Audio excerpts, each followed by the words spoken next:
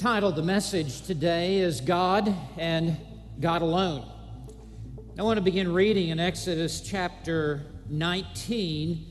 I want to begin reading in verse 18. Our focus this morning will be in chapter 20, verses 1 through 3. But I want to get my arms around this entire context with you. Beginning in verse 18. Now Mount Sinai was all in smoke, because the Lord descended upon it in fire, and its smoke ascended like the smoke of a furnace, and the whole mountain quaked violently. When the sound of the trumpet grew louder and louder, Moses spoke, and God answered him with thunder. The Lord came down on Mount Sinai to the top of the mountain, and the Lord called Moses to the top of the mountain, and Moses went up. Then the Lord spoke to Moses, "Go down, warn the people so that they do not break through to the Lord to gaze, and many of them perish. Also let the priests who come near to the Lord consecrate themselves, or else the Lord will break out against them." Moses said to the Lord, "The people cannot come up to Mount Sinai, for you warned us, saying, 'Set bounds about the mountain and consecrate it.'"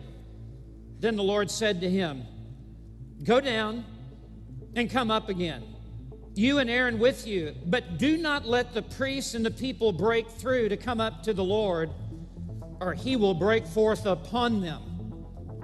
So Moses went down to the people and told them. Then God spoke all these words, saying, "I am the Lord your God, who brought you out of the land of Egypt, out of the house of slavery. You shall have no other gods before me. You shall not make for yourself an idol, or any likeness of what is in heaven above, or on the earth beneath, or in the water beneath the earth. You shall not worship them or serve them, for I, the Lord your God, am a jealous God, visiting the iniquity of the fathers on the children, on the third and the fourth generations of those who hate me, loving kindness to thousands, to those who love me and keep my commandments. You shall not take the name of the Lord your God in vain, for the Lord will not leave him unpunished who takes his name in vain. Remember the Sabbath day to keep it holy. 6 days you shall labor and do all your work. But the seventh day is a Sabbath of the Lord your God. In it you shall not do any work, nor you or your son or your daughter, your male or your female servant, or your cattle, or your sojourner who stays with you. For in 6 days the Lord made the heavens and the earth, the sea and all that is in them, and rested on the seventh day. Therefore the Lord blessed the Sabbath day and made it holy. Some years ago, when Ligonier Ministries was first beginning to expand its outreach and its influence on the broader world, a consultant was hired to come into Ligonier to develop a vision statement and a long-term strategic plan for its future growth. So the consultant sat down with the founder and president, Dr. R.C. Sproul, and asked him two questions to get inside his mind, these two diagnostic questions. Question number one was very simply this: what is the greatest need that people in the world have? Without hesitation, Sproul immediately answered, the greatest need that people have in the world is to know who God is. The consultant then asked the second diagnostic question: what is the greatest need that people have in the church?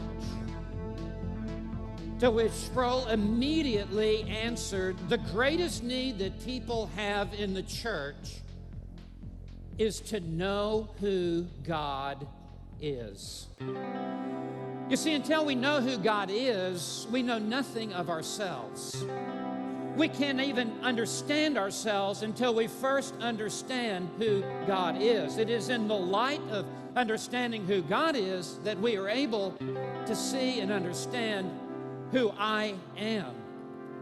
And we cannot even understand what our true needs are until we understand who God is. It is in understanding who God is that everything else falls in place. Sproul was right.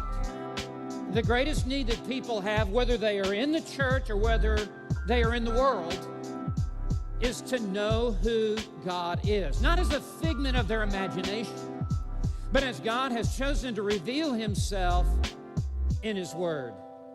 That is why I am drawn to this passage in Exodus chapter 20, which contains the 10 Commandments. The nation Israel has come to Mount Sinai. They have come out of their Egyptian bondage of 400 years. They come to Mount Sinai en route to the Promised Land. And the people are camped at the base of the mountain, and Moses ascends to the top, and God descends down and meets with Moses, and there is thunder and lightning, there is fire and smoke, there is power and glory that is revealed.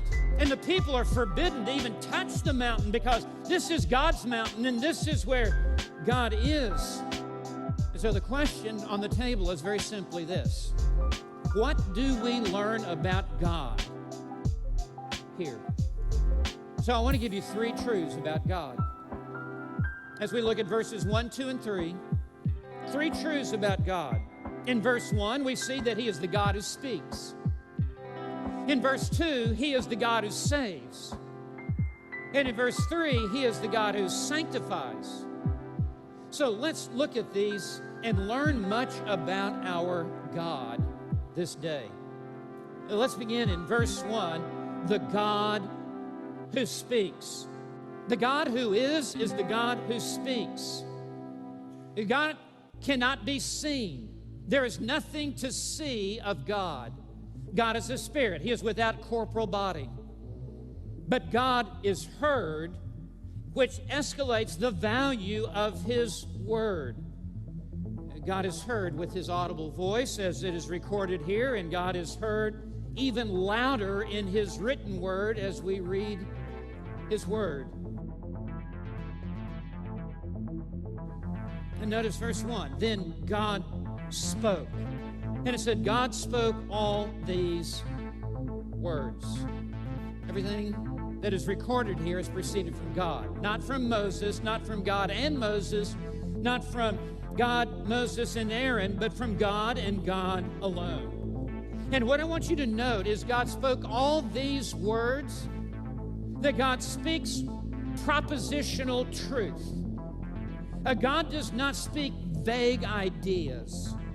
God does not communicate general thoughts, but God speaks with specific words that have specific meaning, words that can be parsed, words that can be defined, words that can be diagrammed, words that can be clearly understood, words that have specific meaning. And as God is a God who speaks, then we must be a people who listen. And we must be a people who act upon what our God says. We must be quick to hear and slow to speak. We must prove ourselves to be not merely hearers of the word, but doers of the word. We must give strictest attention to what God says. Let me just ask you this question: has God given you ears to hear? Do you hear what God is saying? Not just audibly, but with understanding and with the desire to act upon what He says. But second, not only in verse 1 do we see the God who speaks, but in verse 2 we see the God who saves. Because the God who speaks is the God who saves. And the God who speaks is the God who acts and intervenes in the affairs of human history. He is not just a passive talking head, but he acts and backs up what he says. And so we see in verse 2, he begins with this emphatic declaration, I am the Lord. This is a different name for God from what was in verse 1 and what follows in verse 2, which is God. That was Elohim, signifies Jehovah, Yahweh, which comes from the root word to be. I am who I am. That this name for God is the supreme name for God. And it means that he is self-existent. No one else has brought him into being. He has brought everything else into being. That he is self-sufficient. He is not dependent upon anyone or anything for anything. All of his needs are met within himself. And that all of us are dependent upon him for our every need. That it's in him that we live and move and have our being. He has appointed the day of our birth. He has appointed the day of our death. He has appointed everything in between. He is self-satisfied within himself.